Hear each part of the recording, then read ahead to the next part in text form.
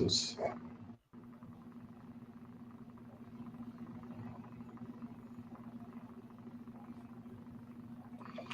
What's really good, y'all? We're a few minutes late today. A couple of things we needed to work out real quick. They worked out though. And as always, it's Wednesday night, part of the hashtag Be Elite movement. You guys are now tuned in to the Eagles Elite podcast. As always, you're joined by your boy, Clue McCain. And right here on my side, as always, got Wyatt from Waves 5 Media and Squad Pod Sports. And holding down the bottom side for us, you got Mr. Mojo, but I'm not from the bottom. I could use a hoagie, but I'm your hometown hero. You hear that? And if this is your first time watching, make sure you hit that like button and that subscribe button. Yes, sir. And also share that joint real nice for your boys. If you've watched before, thanks for coming back. We appreciate it. As always, this is the Interactive Eagles podcast. You want to get hip to the Eagles news? This is your spot to be. Reviews of previous seasons? This is your spot to be. Talk about players, talk about current events, training camps coming. This is where you want to be. So with that being said, just need to remind y'all of one simple thing, and we're going to get to it.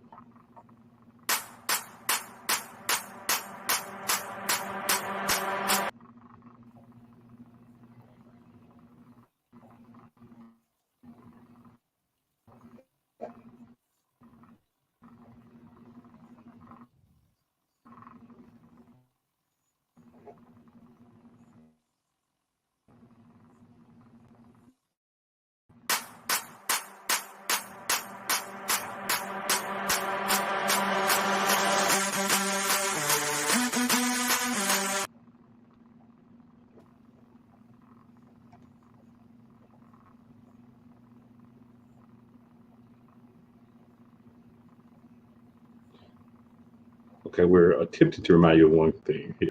1 second, guys. Gotta love live.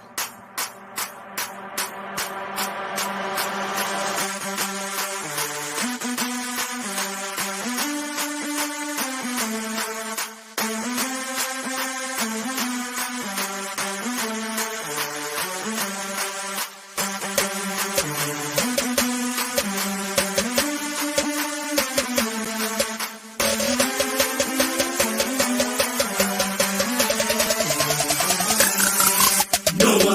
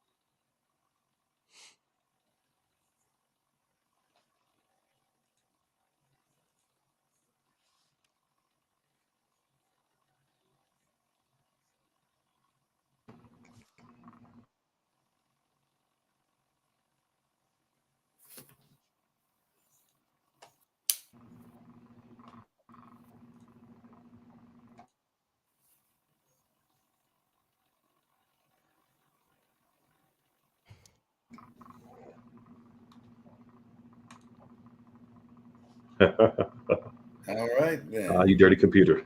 We good though. So, guys, we have to talk about a couple of quick things. Obviously, we're going to get to this gun report on Jalen Hurts.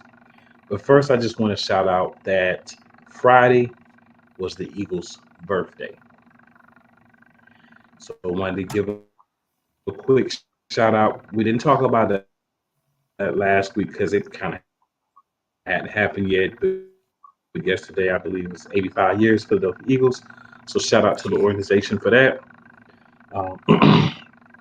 As you can see, got my 1933 in the back. So, and love to hear it, love to see it. That's pretty much it on that. You guys have any thoughts? It's a crazy long time, man. Been around since the beginning, pretty much. So, it's great to see. Finally, we had some championships way back in the day. We were finally able to get that Super Bowl. Hopefully we can continue the legacy of the team. Try to get some more to the collection here. Yeah, sir, one yes, of the sir. early teams in the league. I was looking at, all the squads out there and everything. It's like really kind of amazing they've been around this long. And I count all the championships, okay? Yeah. Listen, man, it's championships. They should be counted. That's kind of how this whole thing works. You know what I'm saying? The teams that don't have championships from back in the day want to be a little salty about those that do, but guess what? It is what it is. Now, gentlemen, we've got to get to the breaking Jalen Hurts situation. So I'll just give an overview. You guys feel free to go into more detail. Reported that Jalen a practice drill, that he had sacks, 3 interceptions, and then incompletions. They did real poorly. He didn't see it. Apparently, this was secondhand information that was given to him. The reporter is a little shaky. His reputation. We're going to say that. Like, I'm not going to disrespect the reporter. I'm just going to say it's a little shaky. But yeah, he's reported that, and then there's been some reports that Barrett Brooks has also confirmed that he also was told the same thing. I find it interesting that these two gentlemen share a show together that I saw. So just want to throw that out there. I'm first just going to let you guys give your opinions on this whole situation and how you guys feel about it. Yeah, I mean, as soon as it came out, I just thought it was kind of weird. Mainly because I know that during the OTAs and voluntary OTAs and the early training camp stuff, media only has a couple days of actual interaction with the team and everything. The rest is behind closed doors. Whereas everything we've heard from the actual media that were there said that he was playing great. The team looked great. The only downside that I really heard was he needs to get that connection with AJ Brown more, just because he's just being introduced with the team. But I haven't heard anything about, anything that was reported through this report. And there was even reports saying that the Eagles were sold on him after OTAs, they were really impressed with him and all this. So it's kind of odd that this comes out of nowhere, a month or two removed from those practices. Where did this come from all of a sudden? Why is this being talked about now? Right. Yeah, I'm not putting any stock in it. Number one, you're not a reputable source, and then you're giving me secondhand information. The two guys that are reporting it, okay, so the same guy stood in front of you two guys and said the same thing, and then you're reporting it like it's news. It's third-hand information. Number one, AJ Brown, I think, addressed it and said, "Well, how did he get sacked 3 times when it was 7-on-7 and no one's rushing the passer?" So it just loses credibility all over the place. I put no stock in it. I can't wait for training camp so we can see for ourselves. Yeah, and I think even Lane Johnson commented off of that as well, just saying yeah, that's facts or whatever he said on AJ Brown's tweet. Right. Yeah. So I noticed that so I was on Facebook in the Eagles group. And I just want to say first, when we play the song and say no one likes us, sometimes that refers to Eagles fans as well, because there are Eagles fans that I don't like. I'm just going to be 100% honest. Yeah, but some of them give the fan base a bad name. That's the reason we have a bad name. I was on today, and this guy was talking about his usual Jalen Hurts hate. So my response was, there's no sacks in 7-on-7, right? So then he goes in this tirade on how 7-on-7 there is sacks. If you hold the ball more than 4 seconds, there's sacks and blah blah blah. So I just keep throwing out quotes for what AJ Brown said, right? And I tell him I say something else that AJ Brown said in a tweet, and then I say, tell him I said, I'm going to trust the player and not the guy who's reporting what someone else told him that they saw. So he got a little upset. Then another guy jumped in and basically told me that I don't understand 7-on-7s, and that's why he was telling me that. And I said, well, you're making an assumption that I don't understand 7-on-7s. The truth of the matter is I was just jokingly playing off the words that AJ Brown said, sir. And just had to let him know. We want to count after a little disrespect. Mississippi's. Are we really going to count that 1 Mississippi, 2 Mississippi, 3 Mississippi? Well, that's the way it's done in those situations because there's no rush. That's the way it's done on the street and in the backyard too. But what I'm saying though is my comment to him was, why are we jumping on this and reporting it when it's from one source? So then he says, oh, well, somebody else said it too. I said, well, who said it? So he's like, oh, Barrett Brooks said it, blah, blah, blah. So I said, okay. So then I jumped on, did a little research, and easy to find out, oh, they were on a podcast together discussing it. So one of two things, you either heard it from Gunn or Brooks heard it with Gunn from the same source. Kind of like or he's trying to just back up his buddy too. Yeah. He's just trying to verify his source. Like what Wyatt was saying earlier, like this is the first report of this.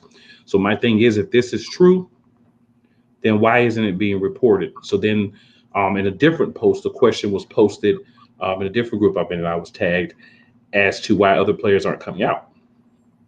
So my response was AJ Brown pretty much nailed it. Lane Johnson pretty much certified real talk. So what else do they need to say? Does every player need to come out and say, no, Jalen Hurts did really well, don't believe the report? Is that what's needed for people to believe it? Like, come on. Yeah. If this was something that was consistent, if we were hearing this all offseason about Jalen Hurts, then okay, it is. So then my last response to it was simply this. If it is true, which I doubt, best case I give it 50-50, but if it is true, then hopefully this is something that gets worked out so we don't have it in the season. What you should be doing if you're really Eagles fans and you're not hoping for QB1's demise is you should be looking at the situation saying, man, if this does happen, I hope it doesn't continue because we're trying to win. We're trying to do something important this year. We're trying to do something major. So why take your time and energy focusing on an unsubstantiated report? But like I said, if we get more information and we get proof that this is what happened, then man, I hope it doesn't continue to happen. But until I get solid proof, more than one person reporting it and somebody else that knows him corroborating his story, I'm not putting any stock into it. I will say it's funny how 1 minute we're bleed green, fly Eagles fly. As soon as something negative comes out about Jalen Hurts, we want to talk about it and we want to try to drag him based on last season. Yeah. He should be improving, given the chance to improve. If he can't improve, let's move on. If he can improve, and enjoy QB1. I don't know if I ever seen a fan base want their starting QB gone or hate on their starting QB so much and he's looked well. Like he's looked good for the most part. He led this team to a positive record, went to a playoffs. Like, what are you upset about at this point? Like he exceeded expectations. I just don't understand where all the hate's coming from. Like people act like QBs can't develop after their first full season of starting. And I believe it was Jeff McClain, who's like a Philly sports writer. He like retweeted and said like every day I was there, the team looked great. So I don't know what this report's about. And I follow Jeff McClain, and he's very knowledgeable of these sorts of situations. It seems like he has his ear on the pulse of everything, his finger on the pulse of everything. So I trust him just from what he saw with his own eyes over a secondhand report from somewhere. But like you were saying, even if this is true, it is a little concerning. But then again, it's not even training camp yet. This is just OTAs. He's working with I wouldn't say a whole new offense, but you're adding different pieces into it as well. And you're probably adding stuff to the playbook where it's a little concerning, but at the same time, it's so early. We're not even in the main training camp yet. Like if this is happening during main training camp rolling into the season, I'm going to be real worried. But as of right now, if the story is true, there's still a lot of time to get these bugs worked out and get it fixed. But I don't believe it at all. Yeah, I Yeah. don't believe it all either. And the thing is, like, it's like you say there, it's like you're trying to tear down a guy who wasn't terrible last year. Let's be clear. He got us to the playoffs, which was completely unexpected after the start we had. He got us to the playoffs. We had a, I actually thought we had a chance to win a game in the playoffs. Um, and I can't see him coming back being worse than he was last year. Everything around him's better. The coach is probably improved, and everything is on the uptick. So why sit there and try to find some way to tear him down? Individually. Yeah. It's like if you really don't want him, go be a fan of the team of the quarterback you like. Yeah. Okay, because we don't need you here. So No one likes you. No one likes you. No one likes you. what I believe is we have a lot of winsexual fans. I call them winsexuals, and I believe Yeah. that they're in this position where they are upset because he's not the quarterback, so they don't want this guy to succeed because he's the guy that took Vince's place, essentially. Um, I would have to agree with Mr. Mojo. Simply, if that's a problem, then go be a commie fan. Yeah. I mean, we should be supporting our players, right? We Yeah. should be wanting our players to succeed. If they don't, then that's when we say, hey, you had your shot, you couldn't get it done, we're moving on.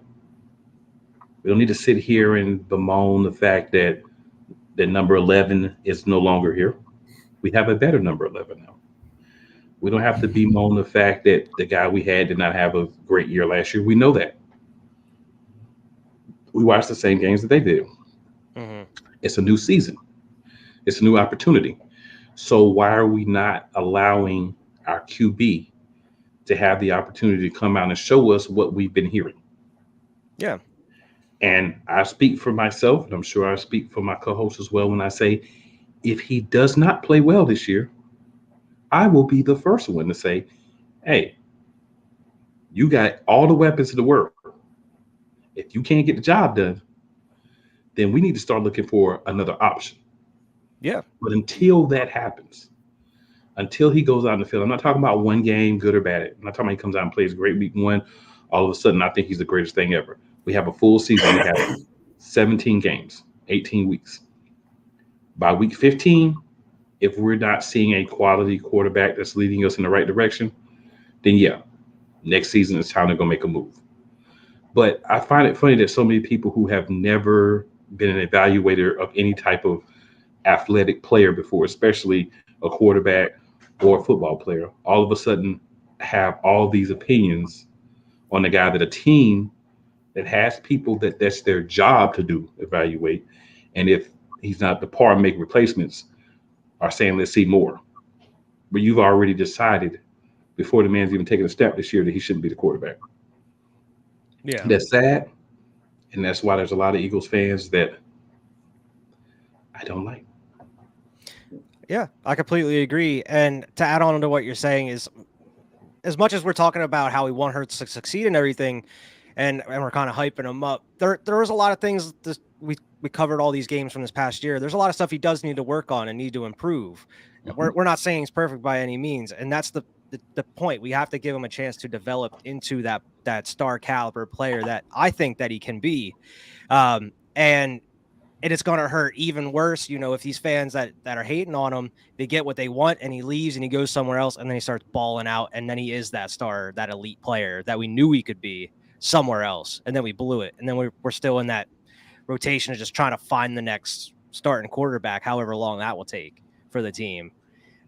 Where I would much rather roll with Hurts if we can, like you were saying, give him 15, week 15, week 16, see how he does. If he's great, that's even better. We can use those draft picks and money to go out and build the team even more next year, or you can use them to help either trade for a quarterback that may be available or trade up in a draft to try to get a starting caliber QB. Who knows? But I would much rather roll with QB1 because I support the team. I'm not a Jalen Hurts fan. I'm a Eagles fan. So whoever's QB1, man, that's all that matters. That's who I'm going to support. And that same part of the fan base that's going to continue to try to tear him down week after week after week and dissect every little thing he does wrong. They will be the same ones, like you say, if he leaves, they'll be the same ones to turn around and blame it on management if he goes and balls out somewhere else. Oh, you let him go. No, you broke the man's spirit here in Philly. He didn't want to play here anymore. So you pushed him out of town. Now you're upset. So give the guy a shot, man. I think like Wyatt, he has a lot of potential. I wasn't sold before he got here. Once he showed me what he could do last year, I'm like, wow, I can see the potential. I can see what is possible, as opposed to saying, you know what, this is what we're going to get every year for the next 5 years if we stick with this guy. He's going to play at this level his entire career. He's never going to improve. I just don't see that. Yeah, especially with his work ethic. I just want to interject that Mo was like these people, like, you know what I'm saying, before last season. He was like these people. I was telling him. Training camp last year? Nope. I don't want to see it. I was explaining to him, like, this is the dude's first year starting. He had a couple of starts last year, but he's still in that first, you know what I'm saying, 16 starts. Yeah. I feel like until you've had 16 starts, you really haven't had a season of starting. You know what I'm saying? Because if you can't play a full season, or even if we say 12, 13, right, like most of the season. But when you come in, you only play meaningful minutes in the last like 3-4 games of the season, and you get yanked halfway through one of those games. That's not really a barometer to be able to tell good or bad what we have with the quarterback. Last season was that opportunity. He did enough to warrant this second go round. It's not a guarantee that he's going to get a contract, but if he goes out and does what I feel like he can do, the contract should be there for him. He has the weapons around him. He has what he needs. All I would ask people to do is simply say, let's give him the opportunity. Let's not dog the dude every chance we get before the season starts. Let's just see. It's going to be good or it's going to be bad. I don't think it's going to be in the middle because you got everything you need. So there's no, oh, well, he did all right with what he had. That excuse is gone. So it's going to be good or it's going to be bad. Let's find out what it's going to be. And we'll know if we're going to be trying to host a Lombardi or trying to get a top 10 pick. Yeah. I just don't understand why you wouldn't want your favorite team's QB to succeed. That's just like, it's just right. And he's my young. mind. He's young. He's got years and years ahead of him. He's got so much potential. He's got the athletic ability. Give the guy a shot. Because like you're trying to Ben Simmons this guy in his second year, you know? Yeah. Because you don't want it to be him. That's why. You don't want it to be him. Yeah. Yeah. And the type of people you're talking about, the type of fans you're talking about, even when he does have a good game, they're still nitpicking that. Like, oh, he had this person open. That could have been a touchdown or something like, come on, man. He had good stats. We won a game. What else more do you want? Like, seriously, come on now. Yeah. So, you know, man, it's something winning games, that's all that matters. Yeah, we talked about, you know, Hurts and this rebel group of Eagles fans and that several times. And we're going to continue to talk about it as long as he's QB1. Oh yeah, I'm sure we'll talk about it throughout the season. Oh yeah, every week we'll be busting that breakdown on the previous games, that preview of the next week. It's gonna be on the pop. But gentlemen, on to the first game that we're gonna be reviewing. Yeah. This game scrimmage. This was the Arlington football team Super Bowl. It was pretty much closest thing they got. Even though they played second stringers, they played against second stringers the whole game. I think you only had like Devontae Smith and maybe a couple other starters out there. Like I think Jalen Reagor was out there for a little bit, if you want to call him a starter. Right. But other than that, you had like Gardner Minshew. I think Kelsey only played that one first snap of the game, and then they pulled him out. But Philly didn't have any starters for the whole game here. Dallas, they elected to play their starters for 3/4 of this game for some odd reason on the last game of the season going into a playoffs when you already clinched a division. It's just like they were like, this was their Super Bowl. They wanted to go out there, and that was their destiny, is they needed to beat us for some weird reason, even though it was the second string.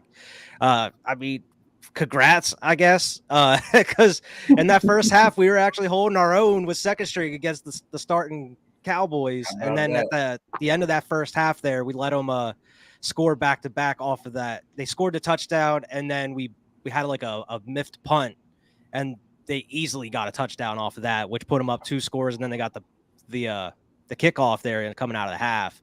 So we kind of screwed ourselves at that point in time. But if that wouldn't have worked out like that, I mean, the second string could have kept up with Dallas that whole game, it seemed.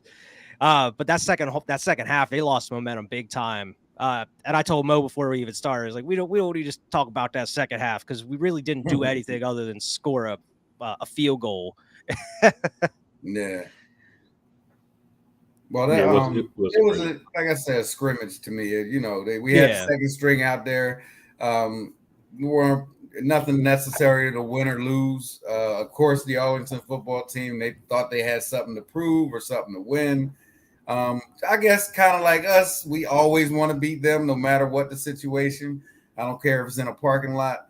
But I'm not playing my starters knowing I'm going to the playoffs, Yeah, it was clinched at that point. Yeah, but for them, I think it was foolish of them to play their starters. Because now what if, one of their stars would have gotten, a serious injury or something? Then you would look real silly, real foolish out there in week 18, playing your top-notch players just to say you beat the Eagles. But, it is pretty big business to come up against the Philadelphia Eagles and get a victory. So I kind of get it. And that was your guy. Cool. I mean, first of all, he didn't get under the ball. You could have called for a fair catch. He didn't get under the ball. He reached his arms out down low and tried to catch the ball. Come on, man. We don't need. I don't even know why you're talking about your favorite Eagle, man. I don't even know why you're doing it like that. I know you got his jersey on now, don't you? The first thing I want to say to fans of the Arlington football team is simply this. You know your damn role and shut your damn We're going to get it, y'all. We're going to get it. Oh, yeah. They're going to be hearing that a lot this season. Wait. A lot. So new day. That's the first thing I want to say. Secondly, I want to say congratulations again, as Wyatt so expertly put it, for beating our second string. Ammo for winning a scrimmage game. So you like to run around. You like to talk about how you went undefeated in the division. But I never hear the caveat, but we did play the Eagles second string. Yeah, they never mentioned that. I never hear that caveat. That's so funny.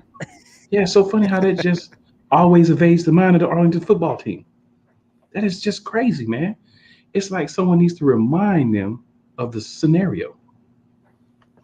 And that's what we're here for. But I'll give the Arlington football team the credit of they did beat us the one game where we were attempting, and the rest of our division was really bad last year, and they beat those teams. We look at this game, Gardner Minshew. I think this kind of hushed all the possibility of off-season talk about Minshew possibly being the starter with that 19-33, 186 yards, 2 touchdowns and interception performance. I think that kind of shut a lot of that down. Tyree Jackson, 3 catches, 22 yards, touchdown, torn ACL. Yeah.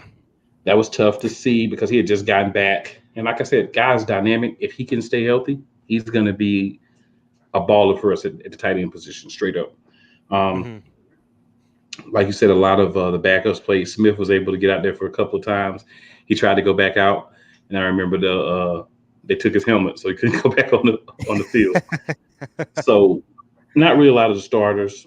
Decent performance, like you said, in the first half.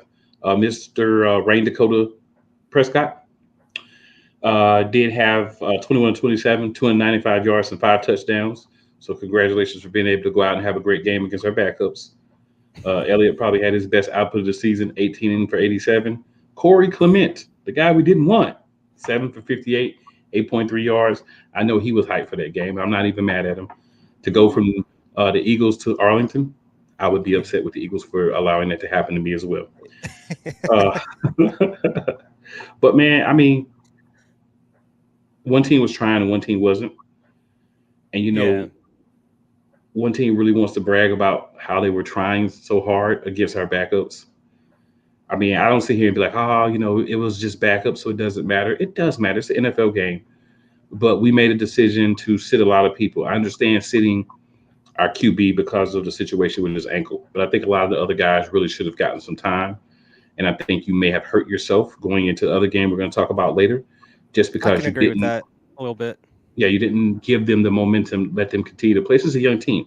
This is not a veteran strong team. They needed to be out there playing, getting reps, and preparing for the next week and fighting. And they didn't do Yeah. that. And I think that was a big part of what we saw afterwards. Just, my Yeah. opinion. You But could have that's gave him what- a couple drives at least. Mhm. Yep. Yeah, You the have to real give them the drive, game man. action. Nothing like the real live game on Sunday. And like Wyatt said, I mean, it's not like they were whooping on us or anything. We were really in it until the debacles that occurred, right before the half. It was and just after halftime. the weird scenario there at the end of the half. Yeah, but other than that, I mean, we were going neck and neck with their starters. Like, come on, get some. Yeah, we were running the ball really well against them, and it's just unfortunate that happened at the end of the half where Sirianni and just the team, they were like, all right, we just got to pass it now to make it work to try to catch up. Whereas if we would have went into halftime, we would have been able to run the ball more in that second half. It might have been closer, even with the second stringers playing, So who knows? I just think it was just that whole second half, the end of that first half, that kind of threw off the momentum of what was working, because they got up by a couple scores there. Mm-hmm. Yeah, for sure, man, for sure.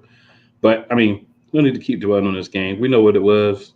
We did our duty. We covered it. So on to our next topic, which would be White already gave us a preview of two of his last week. Yeah. But so we're gonna do our 5 defensive standout players to watch for the 2022 season. Who want to start first? Whichever one you guys want to roll with it. Well, I mean, you already know 2 of mine if you watched we already last know week's. 2 of his. You might as well give us the rest. Yeah, might as well go ahead. So I had Jordan Davis and Nakobe Dean as the 2 I mentioned last week. I just think they're going to thrive, especially I think Nakobe Dean, they have him listed as the second stringer behind TJ Edwards. I think he can easily, move up into that starting spot, and he could be a dynamic piece and leader on that defense. He can develop into one. And Jordan Davis, he's such a monster. I think with the rest of that defensive line, it's really going to help him develop and become a great player. And with how big he is and how fast he is, he can really be a dynamic player going into the season. Another one I had on the line as well is Josh Sweat. I think he's going to have a great season. He played really well last year, and especially bolstering up that line, it's going to help him even more so. Now, they do have him behind Brandon Graham on the depth chart. I'm not sure if that's how they're actually going to go about it or not. It would be cool seeing Brandon Graham start, but at the same time, with his age and him coming off of that major injury, I would like to see them kind of just rotate him in and out a little bit, let Josh Sweat have those reps, especially coming off a nice season last year.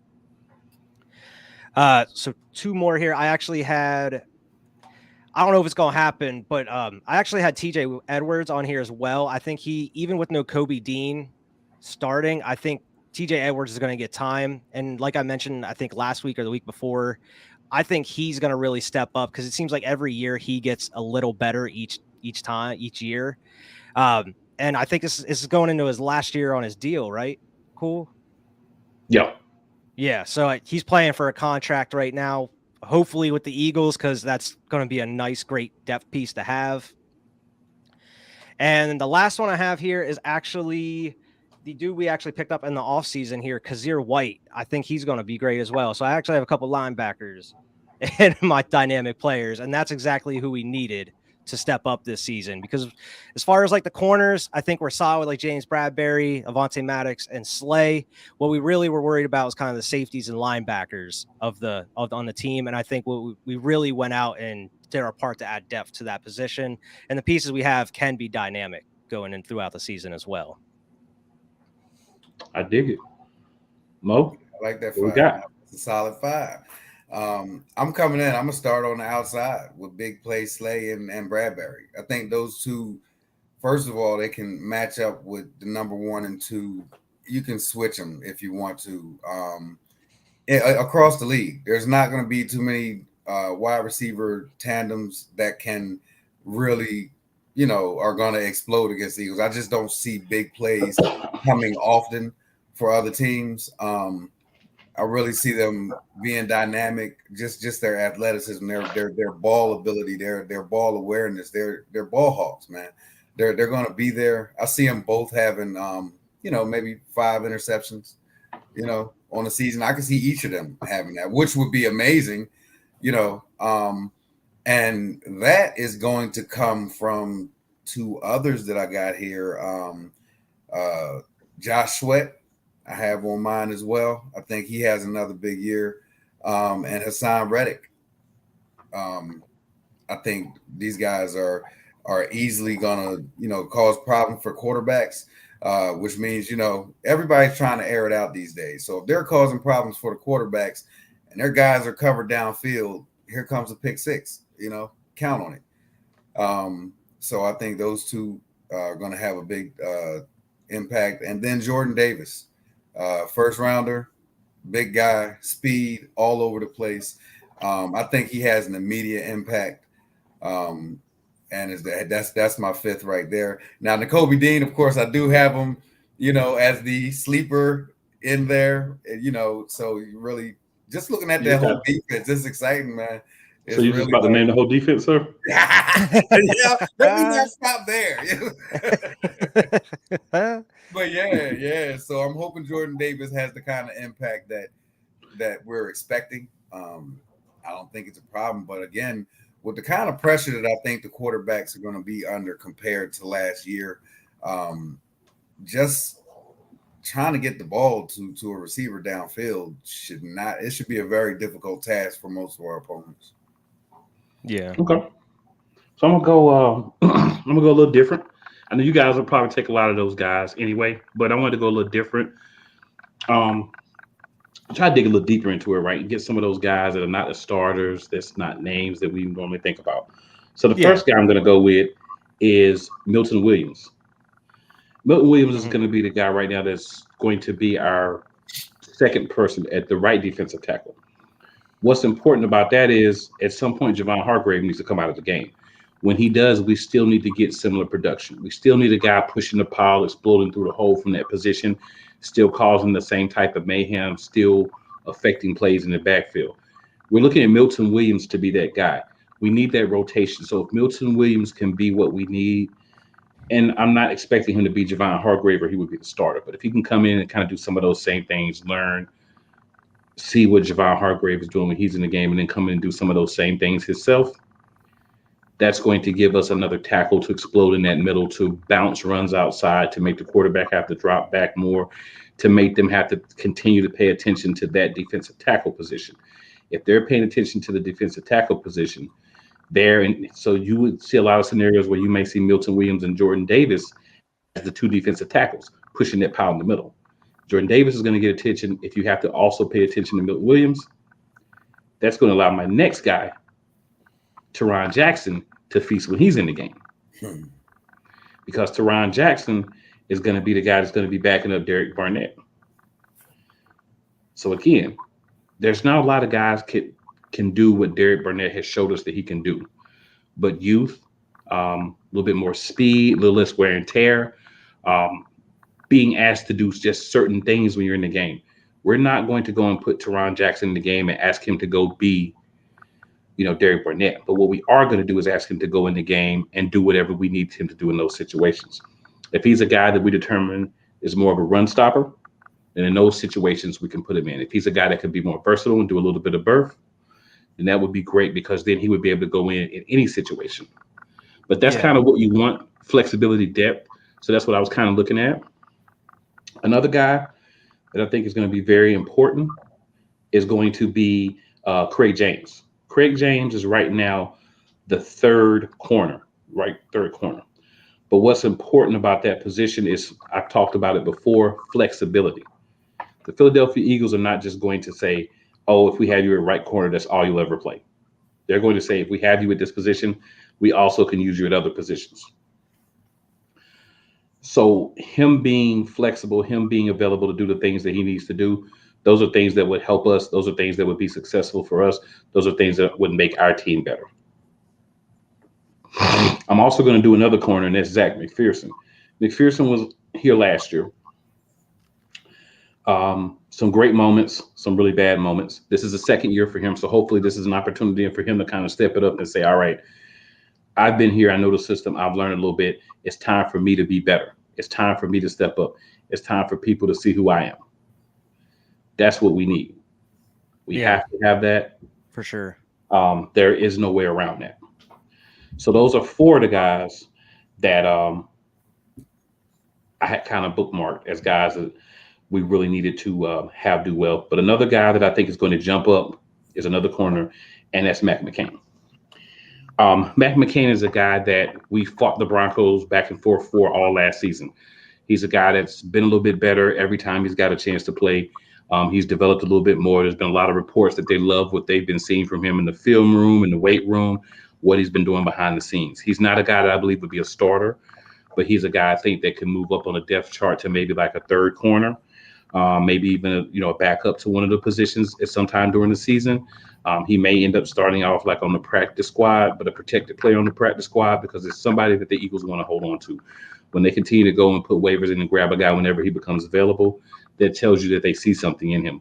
Whether that pans out or not, I'm not 100% sure, but based on how he's been treated in the past and how we continue to go back and grab him, I think he's a guy that the team is expecting to have an impact. That impact may be on special teams, that impact may be, as a floater guy in case of injury, but I think he's another guy that we can look at and really say he's going to have a role in this team. We may not be 100% sure what that role is, but Matt McCain will have a role. That's why he's still here. So you got 3 corners there, Cole? Solid. Corners are very important, sir. Yeah, Yes, 3 corners and none of them are named Slay or Bradbury. I'm just wondering. What was the 5 I was supposed to give you? 5 most impactful or 5 that I'd like to see shine, or did I miss it? What am I missing? Well, we talked about last week 5 people that we felt were going to make an impact for the team this season. We didn't quantify how they would make that impact, but I mean, I didn't even talk about starting corners. If you can't make an impact as a starter, why are you on the field? Well, dang on it. Nobody's going to score on us, bro. We got 5. No, but listen, though, you're not wrong in your assessment. But depth. It's all about depth. Yeah, that's what I'm looking at. And a corner, they're not going to play the whole game. Guess how many corners we're going to have on the field a lot of times? Yeah. Guess how many of those need backups? I want to see the rotations on the whole defense. I'm interested to see that. I think that's going to be dynamic. I think it's going to be something. We're going to be talking about week in and week out. Yeah, that D-line should be eaten. Yeah. So just to wrap up our talks about, we talked about a different position. We just talked about, the offensive last week, this week, defensive players that we think are going to make an impact. How do you guys feel that our defense should be this year? Should it be a high-ranked top 5 defense? Should it be in middle of the pack, top 10, top 15? Where do you guys think our defense is going to fall based on what we've talked about, depth, what we expect? What do you guys expect to see from our offense this upcoming season? Our defense. I apologize. Defense. I have a hard time saying it's going to be like a top 3, but I think it could be definitely a top 10 defense overall. Especially like with the depth all around at this point. Like you mentioned, it's at cornerback. The defensive line is going to be putting in work. Like I said before, they're going to be eaten, and they're going to be rotating with such depth. And all these guys, the backups, could be easily starters on other teams. So I mean, you're swapping them in and out. They should be getting to the quarterback almost every play, or it should be every play. But I think like with Bradbury out there, Avonte Maddox getting better every year, and Slay doing his thing, and if Slay can go out there and do what he did last year, even, man, that would be amazing. So I already know what Slay can do. But I think easily this defense could be a top 10. Top 3 is pushing it. I mean, on paper, I want to say it's a top 3 defense, but I really need to see it before going that far. And if you're watching the show live, feel free to drop yours in your comments, what your thoughts are as well. Go ahead, Mark. Yeah. I'm of the same mindset. I think it's definitely a top 10 defense. I think that's easy work. But definitely the potential to be top 3, top 5 at least. I'm tempted to say they should be top 5. You know, they should be Yeah. top 5. The top 3, yeah, that would, that's saying a lot. There's a lot of teams out there, So to be top 3, that's an elite. Be elite. Hashtag be be elite. Hashtag be elite. So, Let's go. yeah. Hey. So I mean, my expectation is literally, I think they have the potential to be top 3, but I expect no less than top 10. Yeah. Well, I'm going to have the grapefruits to say I think that they're a top 5 defense. Okay. This coming season. I believe they could be top 3 as well, but they're definitely going to be top 5. The thing is, there were deficiencies. They've been addressed through free agency, through the draft. Don't forget Tart. Tart was a guy that I was going to throw in my my top 5, but as I thought about it, when I was putting it together, my thing is corners are very important. So I want to highlight guys that, could have impacts in other roles as well on special teams and be corners. But I think we filled a lot of the holes. May not have been the top guy for every position, but it's not always the top guy. It's the sneaky move. We talk about this a lot with other sports, but we don't say as much in football. You don't have to have an all-star, a superstar, a top 5 player at every position. What you need is guys that can run the schemes that you have, that have the skills that you need to do what you need for the time frame you need them to do it. Yeah. That's where we're kind of getting to with this defense I see now versus a couple of years ago. It was more like we just need talent. Like we just need whoever we can get for talent. There's guys we're going to miss, like Rodney McLeod and some other people, right? We're going to miss some of those guys that are gone. Malcolm Jenkins is going to be a guy that we're going to miss for a couple of years. But at the end of the day, they can't play forever. Yeah. I appreciate what they did while they were here, but they can't play forever. We have to get younger. Excuse me. We've done that with guys through the draft. And then we also have the opportunity to do that by getting guys playing time and mixing in the veterans with the young guys. Like you guys were saying, the rotations are going to be important. When do you start putting in certain guys? When do you keep that line fresh? That's very important. That can happen if we can be smart. Excuse me, guys. We can be smart with the defensive side of the ball. I don't see it. Yeah. I mean, the biggest thing I'm worried about is scheme.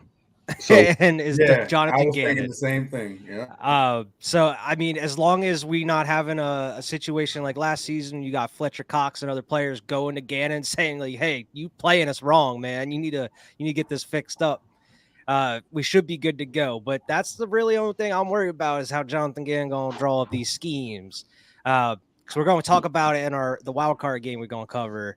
But I hate seeing these like corners playing like 10 yards back off the line with these dudes. I hate it because you're just allowing them yards. I understand it's like a bend not break type thing, but man, I know from just seeing Slay on Twitter, he'd rather be covering a dude just man to man, like right up front in his face. I want him. Yep. So I mean, I don't know. I mean, I understand certain situations you want to do that, but I feel like last year they were doing that a lot, and even like under Jim Schwartz, they were doing that a lot. The most important person for me, what I was going to your point in this defense this year, to take them, their ranking to get them to a top 3 is Gannon. Yep. So we have a comment, guys.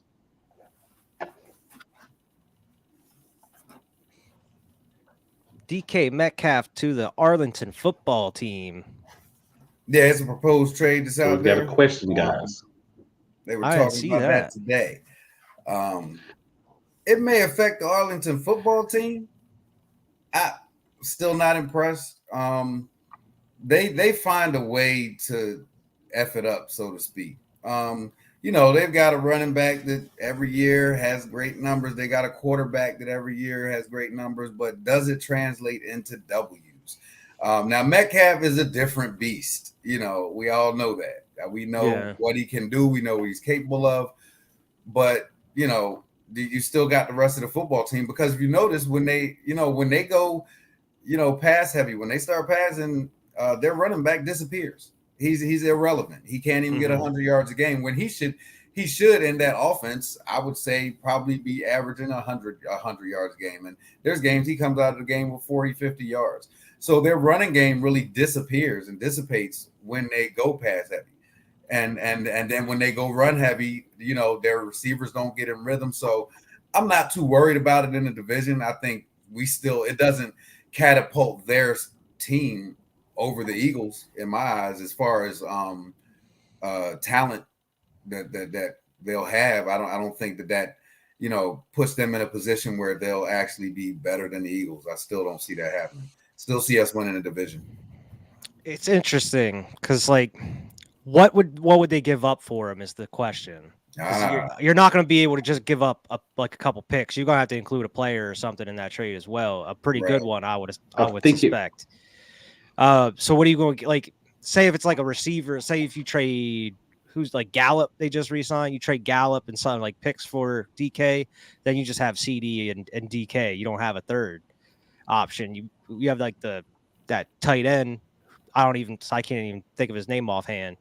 But now if they're able to keep like Gallup, DK, and CD, I would say it's somewhat even with what we scoop. And they actually gave right. It's like because it would be like Devontae would be like the CD equivalent. AJ Brown and DK is kind of like I wouldn't say equals, but kind of similar in a way. Yeah, they're in the same. Yeah, and then you got like Gallup or like Quez Watkins, where I would at this point I think Watkins is Gallup. Yeah, I mean he's younger. He doesn't have the injury history as Gallup has. Definitely not the contract. I would take Quez over him too, but that's just me. A one and a two. So I would do it, say, man, for DK. I don't know. I would say if a 1 and a 2 would do it for DK, I think you can get other teams in on that sweepstakes that you would project to have a higher pick than Dallas. Yeah, that could give up more. I would expect you to get more for DK Metcalf. Yeah, you know, just personal opinion, of course. But if they were to get him, let's just say, they were to get him, that would definitely make them better offensively. He's a stud, but you have to remember something about DK Metcalf that a lot of times goes untalked about. A lot of drops. He drops the ball a lot too. And they still have the same coach and the same owner. Let's keep that in mind. I was gonna say about like they still got Mike McCarthy. Right. I don't know. Yeah, I mean, the only reason I could think, because like Cool was saying, I think other teams can definitely offer more for him. The only reason I think they would trade him to Dallas is say if they were like working with him, be like ask him like his preferred destination, and then they kind of worked it out from there. That's crazy though, but I don't see it happening, especially like this close to training camp coming up. But hey, you never know. It's the NFL. Anything happens. Yeah, that's a big move, and it's like Seattle. I mean, obviously they're kind of in a rebuild, so yeah. I mean, but does it really make sense? And for who, So yeah, the Arlington football team, they would get better. But again, I mean, when you look at both sides of the ball, I still think the Eagles are the better team. I still think they win a division. I think I don't know about Dallas. I just don't know about Dallas. I don't know how they feel about themselves, to be honest. I don't think they really have an identity right now. I don't know. They always shoot themselves in the foot somehow. Yeah. And especially when you think about, because, half the season they're this run heavy team. Then for 4 games, Dak's out there throwing the ball all around. And I really, sorry to say it, I think he's overrated, but that's just me. I think he's that dynamic of a quarterback, because if he was, he would have a couple of playoff wins under his belt, and have taken his team deep in the playoffs. Especially with that squad, yeah. Yeah, especially, they're naming all these names, name dropping Ezekiel Elliott and blah, blah. Yeah, where is he? He disappears. If Dak has a good game, Zeke doesn't. Zeke has a good game, Dak doesn't, and Metcalf doesn't. So I think they really have some identity problems over there. And then McCarthy, I thought that was a foolish pickup, when it happened. So I didn't think he was a good fit. So, so you get Metcalf there. He may not be the same player as he was with Russell Wilson. I don't know. I just don't understand why they would give him Hold on up. now. Hold on. I just want to say, I love Mike McCarthy for them. I think there's a great coach for the Arlington football team. Yeah, me too. And if you're not going to have Jason Garrett, yeah, he's stick with McCarthy. the guy you ahead. just keep. Yeah. Yeah. But yeah, I don't. As far as like the So I just Seahawks, want to throw my I hat saw in the trade ring to rumors say about Mike going out and McCarthy getting should be Garoppolo. Cowboys quarterback. I'll even say Cowboys if they're going to keep the football team.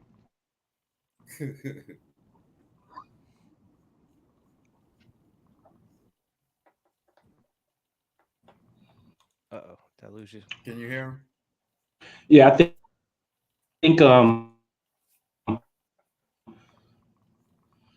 the thing, because it depends on, of course, where the player wants to go. A lot of times with these big time receivers, they have a made for them because they go to the team and say, I don't want to play for you.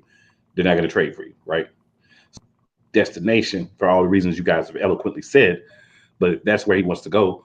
But yeah, he's going to make them better. But as I was alluding to earlier, before I had to sip real quick, drop, cool up the throat. The thing is, a lot of drops. He makes a lot of good plays, but there's a lot of drops in key situations with him. So, it's been some of the diva that's kind of seep through. So in a locker room that I don't feel like has really strong leadership, I think if you bring a guy as volatile as DK Metcalf in there, and it's not like he's a bad guy, but just he's very passionate. Yeah. And when you don't have guys like that leadership, never work out in Dallas. Yeah. In a place like Dallas, you see what happened with T.O. Yeah. Just to throw a name out there. So I don't know even behind the scenes if it will work, but on paper, it would definitely make them better. Like you guys said, depending on what they would give up. I don't see 1 and a 2 being enough. If that is, Yeah. They could have got that from us. I'd be surprised. Right. Yeah. I don't see why the Seahawks would do it. Like, even if they were fully rebuilding, you just drafted him 2 years ago, right? Like, why would you give him up now? Like, he's a star player. And I just saw rumors about them apparently interested in trading for Jimmy G, which is like, if you're going to do that, you're going to want DK Metcalf. You're going to want weapons for him. Right. I don't know. Like, I understand that like ESPN or whatever be throwing out these trade proposals. Like you were saying, cool. I don't think a 1 and 2 is going to be enough. They're going to have to give up a lot more for him. And not only that, you're going to have to sign him to a huge deal because he's going to want an extension on top of that. Yeah, because this is going to year 3. Because he basically came in the same year as JJ Arcega-Whiteside. Yeah. So, this will be going into year 3. So he's going to want to get paid. Yeah. And I don't think they have that kind of money with Zeke having, like, I think the biggest contract on the book or something. And then you got Dak. Maybe he'll put Zeke in the trade. Maybe. Because they got Pollard. But I thought it sounded Pollard ridiculous. taking his snaps. I was going to say that, but I thought it sounded ridiculous. Like, yeah, throw Zeke in there. Mo thought something sounded contract ridiculous. Off the books. Yo. I mean, it makes sense, and like if you think about like contract wise and everything, it would definitely make sense. Definitely makes sense. But guys, gotta quickly. I mean, we're not really worried about the hour or whatever, but hop up. We'll talk over here on this playoff game. So we'll switch it up this time. We'll let Mo start and give us his thoughts on the playoff game. Well, I don't know. I think it was a 1 o'clock start. So at 12:58, I was still of the mindset that we were gonna beat them. I mean, I was telling people about it. I was in my jersey and everything. I was just excited, like, yeah. I was telling you to chill. Tom Brady's number, bro. And things didn't quite work out but the way I thought. In the first half, it was atrocious. I mean, they ran anything and everything. Who was it? Evans and the running back. They did whatever they wanted. It didn't make any sense. Yeah. Our defense got exposed terribly in that first half. It was. I was very disappointed. I probably turned the TV off at some point, because they were, although they weren't the defense that we plan on having this year, they were better than that. And that's what we want to avoid, is like those breakdowns, those defensive breakdowns that last for a quarter and a half. You can't have that, especially against a team like the Bucs. And keep in mind, they were down a couple of players. Their starting running back was out. The starting receiver went crazy a couple of weeks prior. So it was like, we really can beat them. It should have been much closer than it was. Little disappointed in the defense in the first half.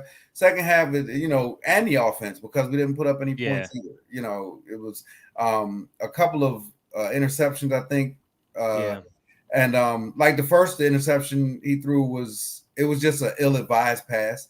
You're going for the end zone, or running to your left. He did that a couple of times. I noticed last year too. Like he's got to watch himself when he goes left, because he has to reset when he rolls left, and that reset gives everybody that extra half second to react to what he's doing.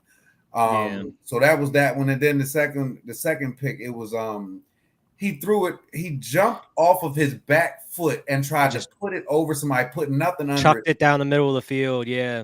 So it's just like let's not do those things. So those are things that I'm sure he's gonna grow from. But this was a total team effort. To screw this one up. Yeah. It was not pretty. And I at least figured, even if we lose, let's make it close. But no, the first half said it all. That was kind of like game, set, match. Yeah. I mean, I'm not gonna lie too. I just like you have my rose-colored glasses on going to this game, man. I was like, man, we could totally go out here and just like shock these Bucks. Why not? Why not us? We underdogs. You're getting that underdog mentality again. You ready to go? Especially like creeping closer and closer to that game. You're hyping yourself up even more. Like, oh yeah, this is totally possible. We could do this. And lo and behold, it was like the second or third play of the game, Derek Barnett has a roughing the passer penalty, and you're like, oh, well, this is the way this game is going to go. And then just from there on, it's just downhill. Like the offense couldn't get any momentum. Yeah. Goddard dropping big passes, wide open passes in the middle of the field. You also had Reagor drop a punt for a turnover in there somewhere. Second week in a row. We didn't put up any points until the fourth quarter. Right. And so I mean, that's a huge issue. Like, I don't know. I understand the defense was getting slaughtered, but man, that offense could have done something through those first three quarters, like get some field goals or something, man.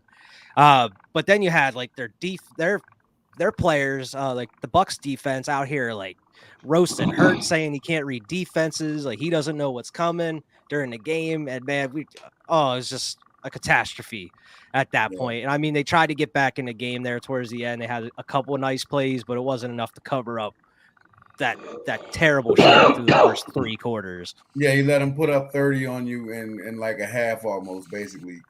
And so it's already rough to come back. And like you said, there were opportunities to put up 3 points, like we've been saying week in and week out. Take that 3, give your offense some momentum, give your defense some rest. Let's see what we can build on. But they went for fourth down a couple times. It was like, come on, let's I was gonna say that. Yeah, and the actual last thing I had here is they stopped them on defense on Philly defense. We stopped them twice. Where if we would have scored on both those possessions at half, it would have went 14-7. We would have been right in this ball game going to that second half. But we weren't able to do anything on those 2 chances, man, which is terrible. Where even like if we were able to do something on offense, that might have boosted the defense a little bit, get them hyped up, go out there, and they maybe would have got that extra stop or something. Right. But yeah, it was one thing after, like the domino effect, just one thing after another. It just was not panning out for us, and then by the end, it was too late. And even maybe not spark the defense, but give the defense some rest, sustain a drive or two. Exactly. Give these guys a breathing. Exactly. It was not my favorite playoff game. As soon as they get off the field, sit down, they getting up, putting the helmets back on again. And the problem I have is I still have bad feelings about the Bucks from when they closed down the vet by whooping our tails, went to the Super Bowl, came back first game of the next season and beat us in our new stadium in the link. Like, I can't stand the Bucks, bro. Well, man, I can't stand Tom Brady. Just to be real, like I respect what he's done, but I can't stand. But my thing is, Derek Barnett, a couple more of those real just bonehead plays. You cannot. And I said this before the game, and you talked about this more. How I was concerned because my thing was, you cannot touch Tom Brady. Yeah, I don't care if the ball's gone. I don't care if he's got. And there was a bad penalty early on the drive where we had stopped him, where Derek Barnett hit Tom Brady. I'm like, dude, you hit Tom Brady, you're getting the roughing the passer penalty. And he had a lot of mental errors throughout the season that were boneheaded that hurt us in different situations. Hopefully he learns from it and we don't get another year of those bonehead plays. But for me, the interceptions, the poor play. Devontae Smith is one of the only Eagles that didn't have a bad game. He ran some good routes. He got open, and he was not given the ball. He showed us Jalen some Hurts. hands Yeah. too. He showed us some Jalen hands. Hurts had a bad outing. Mhm. You know, I believe that he didn't read the defense as well. I don't think the Tampa Bay's defense would lie about that. I think that they knew they were dealing with a younger quarterback, so we're going to disguise some things. We're going to make it difficult for him, and it sounds like it definitely worked from what they talked about after the game. You know, it happens. Like, I, for one, did not have any delusions of grandeur. I kind of knew what it was. You know, I know what I hoped, but I knew what was probably Yeah. going to really happen, and that was the referees and Tom Brady were going to be too much for us to overcome, which they were. And it's not like they needed to do a lot to help them, but just a couple of times there were some calls where you kind of like, come on, bro, or like a call that they could have made it they didn't make. Tampa was the better team, especially that game. Mhm. We have to be better, like you said. Goddard had a decent game, but you have to do more. Smith had a decent game, but 4 receptions is not enough, right? We didn't have enough, like, just variety in what we did. We got a little bit more bland and vanilla with what we were running at times. The big Yeah. plays, Hurts couldn't get the ball where it needed to go in time. There's a lot of things happen, and it's not necessarily one of those things where I blame any one individual person. I just say pretty much the whole offense, except for offensive line and Devontae Smith, just should have been better. You know, Thunder and Lightning, as we sometimes like to call him, did not do what he should have did. Yeah, and I mean they didn't run it Not in a that lot. second half because they were down so many points at that But point. see, the thing is, you Yes. you have to run. You can't just go out there and throw all day against Oh, a yeah. team like Tampa Bay. Oh yeah, I completely agree. But like they kind of went into panic mode. We're like, all right, we're down. We got to start passing it, going for it on 4th downs, do Yeah. whatever we can. And then that still wasn't working out because they knew exactly what we were going to do. Sideline Spirit of truth. Sanders was out there, pumping his chest. He was feeling good. Yeah, in spirit and truth, I agree with you, man. I think Devontae's going to be a beast. And I we think know having A.J. Brown is going to make it even better. it. Oh yeah. You know, I think that Absolutely. tandem is going to be dangerous. The only be. tandem of corners that can probably stop them would be ours. Yeah. well, yeah, they'll go against each other in practice. I think it's going to be a very solid year to be on the Philadelphia Eagles. If we can get our quarterback to be better, he doesn't have to be great. He just has to be good. Like, Watch out for Quez, man. Because I'm telling you, especially down the stretch of the season and even in that playoff game, he showed flashes to me that I think Quez is going to be that X factor that, quietly has a nice season and really helps the team out. And He has that big and is gonna playability. eat because of all the attention on everybody else. He's going to eat. Yeah, he has the big playability. He could shock you. Like we saw it even in like this game and even like the Dallas game. He had a couple huge catches. Yeah. Even just throughout the season, they kind of throw you off like the run game and then a couple passes to Devontae or whatever, and then the one bomb to Quez that defense isn't expecting. And I think you can easily do that here throughout this season. Throw them off with a little like AJ and Devontae, and then have like Watkins just bomb like down, straight down or across. And then if all those are covered, you still got Dallas Goedert. Right. Can make good catches and then have a good yak yards after catch afterwards. Yep. So pick your poison with this offense, which and that's really on paper what's should be exciting great. about all of those people you named. All of them, their yak is probably gonna. I mean, they all had a potential to have ridiculous yards after the catch, man. So just remember, because there's so many weapons, I don't think we're going to get statistically game by game. Oh yeah, everybody. yards What we're saying is that we that's expect. why you game plan for different teams. And and the teams are going to game plan for us as well. So I think we're going to have games where they're going to do things to try to confuse Jalen Hurts and make things difficult for him to see. So we're going to need the running game. What we're going to have to show people is that we can consistently run the ball if needed and throw the ball if needed accurately. Because what's going to happen is, I believe the first part of the year is going to be, we got to try to stack the box, stop this run game from being what it was last year. And I believe if we can run the ball and then we can get some plays in the air, then they're gonna have to switch that game plan. Right? Okay, well, we need to cover, but we still need to leave that spy guy in the box just in case. So you want to get to the point where you have everything open. We're going to need Hurts to run the ball some. Again, he's going to need to do that for us. Hopefully not to the same Not extent we had last year of the rushing attack. But we have to do what works. If that's what the teams are given, that's what we're going to have to take. Yeah. So I think we're going to see like so many weapons that we're going to be able to get different things off on different weeks. And maybe to run some weeks, it may be to pass some weeks, it may be a combination some weeks.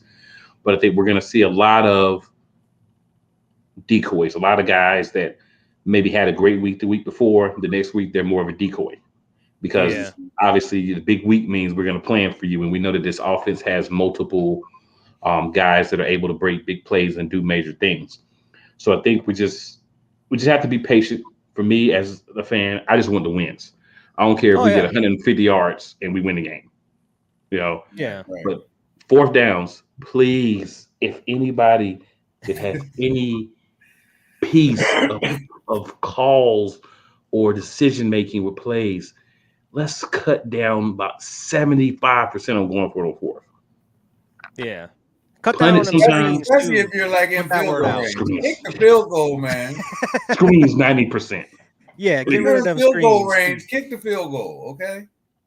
Yeah, the threes would definitely help in a lot of the games because our defense is going to be good enough where they're not going to give up major plays a lot. Mm-hmm. So I think if we're just able to kind of relax, right? Relax, do what we need to do, I think we'll be fine. But gentlemen, topics are pretty much done. Somebody remind Coach that kickers are some of the highest scorers in a season in the NFL, okay? I don't think that's a stat that's going to be very important to our coach, sir. But I sure hope not. Before we add, the one thing I wanted to add was I know what they're going to try to do here at the beginning of the season. I already don't like it, and they need to stick with the run, like you were saying, cool. Because I know in the first game, I know it's against Detroit, but you have these flashy new weapons on offense. You got AJ Brown, or whatever. You're going to try to just pass it. You're going to try to air it out all these times. Stick with the run too. Stick with the run. Let Hurts get a rhythm by running the ball. Let him get in the rhythm of the game, and then you can try what you want to try. And that's really going to go for the entire season. Yeah. Don't force him to be a pocket passer. Don't force him to keep airing it out. No, run the ball, and when the opportunity presents itself, air it out. Yeah. I mean, I hear you, but unfortunately, just like you guys, I don't have any control over what's going to really happen on that field. Oh yeah, dude, we got Devontae now and they AJ Brown to air it out, and it works because the weapons are so good. Then hey, I'll shut up about it. Sirianni's like, I can now justify throwing it like 30 times a game. Right. Yeah, look, Sirianni like, we need this trade, bro. In his got to throw the ball. Got to throw the ball 35 times a game. Come on, guys, I need that. Hey, Jeff, let's play rock paper scissors for it. You want to play horse? Right. But man, I just hope, one of the things that I think was important to go back through last season was just to show like the ups and downs and how close a lot of those games were. We talked about it throughout those games. If you're newer to the page, go back and watch some of the previous shows. Oh yeah. We kind of really broke down in our way a lot of the games, a lot of the things that were good, a lot of the things that were bad, and how a lot of those games could have changed just by some better decisions by the coaching staff in some cases, a little bit more decisiveness by guys like Miles Sanders in certain cases. So there were little things with games within the game that we lost. Players Rieger off the team, Well, I mean, out of the Rieger's Rieger. You know what I'm saying? So he's out of the starting lineup. I'm pretty confident this year. But we just have to be consistent. We have to be good. We're not going to win every game. I just want to see us compete in every game. I want the losses to be those where you're like, man, we really could have won that game, and not they crushed us. Defense should be more stout. Everything about the team should be better and stronger. So my hope is we go out and we play solid football this year, and we let the game take us where it takes us. Hopefully it's a deep playoff run. If we can hoist the Lombardi, it'd be great. But even winning a playoff game would be improvement. Yeah. So for step in me, the right I'm direction. tempering my expectations. I'm saying, hey, I'm not Super this is Bowl, what I baby. like. Even a win in the playoffs is improvement, and it's a long-term project, right? Yeah. If we go out and we don't win a Super Bowl this year, the same people who run around yelling Super Bowl are gonna be like, "Oh, we The didn't make the season is Super Bowl." long. That's a long-term project, and then you finish the project. Well, the project is first of all winning a playoff game because we didn't do that last year. I wouldn't be So shocked. the I'll long-term, say this. actual goal should be to make the playoffs again. I wouldn't. Oh, we're gonna make the playoffs, and we're And then after we make gonna the win the playoffs again, division. Well, first of all, we're gonna win the division. then win I the would playoff game. not be Then after shocked. that, it's house money to me. So you would be shocked if we were in the Super Bowl. It's not what I said. You would be surprised. It's No, not you what I said said. it's a long-term thing, but if Not we what I get said. there, okay. It's You not what I fall said into at all. that trap like Cool was saying, then you turn into an Arlington fan. Yes. Where you, every year is your year. Every year. Or- you- Or I Super turn Bowl. into, or I turn into sideline Sanders. Yeah, we're a dream team. Like, bro, you got 3 playoff wins in like 25 years. What do you Yeah, mean let's this is your first- year? Let's first just get phase one out of the way, which is let's try to win a division and get back to the playoffs, right? Yeah. Then let's try to win a completely game. understand. To me, anything after that, I love it. I'm enjoying it. I'm there. I'm geared up, but it's house money at that point. At that point, we want house money. The pressure's off. It's like we did better than last year. Would I like to win it all? I would like to win it all every year. But really looking at the team and the rest of the league, it's hard to go from not even winning a playoff game to winning the Super Bowl. It's been done, It's been done. but it's hard to do. It's not easy. So All right. I like to temper my We're built for expectations a little this. bit, go a little bit more hope on this side, but let's ride with what's really the goal, which is to be better than last year. Oh, yeah. So that's kind of how I look at it as in my mind. You know what I'm saying? We all have a different logic behind We're how we having a feel, Super but that's Bowl me. Party at the crib. Anybody want to come? Come on, man. So we, Yeah. I'm sending so out Super the Bowl, we're invite. doing a live show from Cool's house. I mean, There you from go, yeah. Mojo's house. That's That's what what we we should Yeah, do. we'll be at Mojo's. So if we win, we are at the Super Bowl. We're gonna, I'm throwing the party here.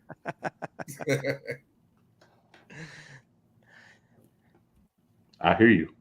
I hear you. All on me. No, all on Cool. No, all on Mo. Like you said, No. all on Mo. How you gonna be at your All on house? And Cool. if it's your house, then you the host. So it means all well, on you, bro. You bring all the stuff with you. Order I know. the Lees. I'll just stay at home. Order the Lees. Lees hoagie. I'll just stay at home. You got to know about Lees down here, man. It's I'll just stay at amazing. home. Nah, I'm gonna order them Lees cheesesteaks. I know you are. I'll be You'll right be there. here. I'll be right there. But so I appreciate everyone that's tuned in. Appreciate it in spirit, true for hopping on. Some comments for us, interacting with us. All about the interaction. We always have enough stuff just in case, but love the interaction with everyone. If you're watching the replay again, share it, like it, subscribe if you haven't subscribed. We'll be back in here next week, talking more Eagles, getting close to training camp, final thoughts on last season, all that good stuff. So tune in. We're getting close to the season, y'all. It's gonna get real. And with that being said, it's your boy Cool McCain. As you can see, at Cool McCain on Twitter. Friday night, 7 p.m. playcallersportstalk.com. Tell them what's the deal with you, Wyatt. Yeah, you can find me at Squad Pod Sports and at Waves 5 Media on Twitter. Also, go check us out at Waves 5 Media on YouTube as well. Our show's every Thursday, usually around 4 o'clock. All right, And you Mo. can check me out. That's on Facebook, Mojo, Twitter, Mr. Mojo 100, Instagram. You can actually check me out now at Versatile with 2 L's, 1 Versatile 1, and something coming soon with Cool. We're gonna do something else big, and my man Barrett, we're gonna be working on something too. It's coming soon to a theater near you. Good people, that's the show. Check us out next week. Fly Eagles Fly. Hashtag Fly be a Eagles beast. Eagles fly.